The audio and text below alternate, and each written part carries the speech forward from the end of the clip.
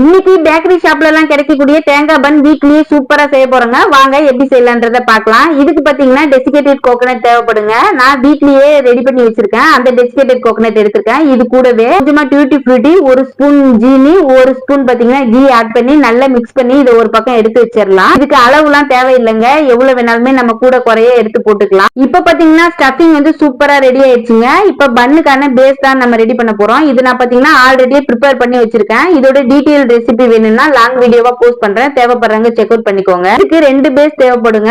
அடியில வைக்கிறதுக்கும் நடுவுல ஸ்டஃபிங் வச்சுட்டு மேல வைக்கிறதுக்கும் ரெண்டு டவ் தேவைப்படும். அதுல பாத்தீங்கன்னா ஒன்னு பாத்தீங்கன்னா 100 கிராமும் ஒன்னு பாத்தீங்கன்னா 80 கிராமும் எடுத்திருக்கேன். அதிகமா எடுத்திருக்க பேஸ் வந்து அடியில வச்சு சப்பாத்திக்கு தேய்க்கிற மாதிரி தேய்ச்சி எடுத்து வச்சுட்டு நம்ம எடுத்து வச்சிருந்த தேங்காய் ஸ்டஃபிங்க ஃபுல்லா அதுல அப்ளை பண்ணிக்கலாம். இப்ப இது மேல க்ளோஸ் பண்ணி வைக்கிறதுக்கு கம்மியா மெஷர் பண்ணி எடுத்து வச்சிருந்த மாவை எடுத்து நல்லா சப்பாத்தி அது மாதிரி திரட்டிட்டு இது மேல க்ளோஸ் பண்ணி வைக்கிற அளவுக்கு நல்லா இழுத்து நான் பண்ற மாதிரியே நல்லா பிரஸ் பண்ணி கொடுத்துட்டு நல்லா ட்விஸ்ட் பண்ணி இதை நம்ம ஒரு மோல்டுக்கு மாத்தி இதை பாத்தீங்கன்னா ஒரு 1 ஹவருக்கு அப்படியே ப்ரூஃப் ஆக விட்டுறலாம். 1 ஹவருக்கு அப்புறம் பாத்தீங்கன்னா காய்ச்சி ஆற வச்சிருந்த பால் எடுத்து இது மேல இது மாதிரி ஸ்ப்ரெட் பண்ணிட்டு கொஞ்சமா எடுத்து வச்சிருந்த டெசிகேட்டட் கோகோனட் மேல அப்ளை பண்ணிட்டு 180 டிகிரி செல்சியஸ்ல 20 மினிட்ஸ்க்கு பேக் பண்ணி எடுத்தா சூப்பர் டேஸ்டியான கடையில எல்லாம் கிடைக்கிற மாதிரியே தேங்காய் பன் நம்ம வீட்லயே ரெடி பண்ணிடலாங்க. பாருங்க எவ்வளவு ஒரு சூப்பரா நல்ல ஸ்பாஞ்சி பன் எப்படி வந்திருக்குன்னு சொல்லிட்டு அவ்வளவு ஒரு டேஸ்டியா இருந்ததுங்க. கட் பண்ண உடனே நாங்க கேக் ரிலேட்டட் வீடியோஸ்க்கு நம்ம சேனலுக்கு ஒரு லைக் அண்ட் சப்ஸ்கிரைப் பண்ணி சப்போர்ட் பண்ணுங்க. வேற ஒரு இன்ட்ரெஸ்டிங்கான வீடியோல மீட் பண்ணலாம்.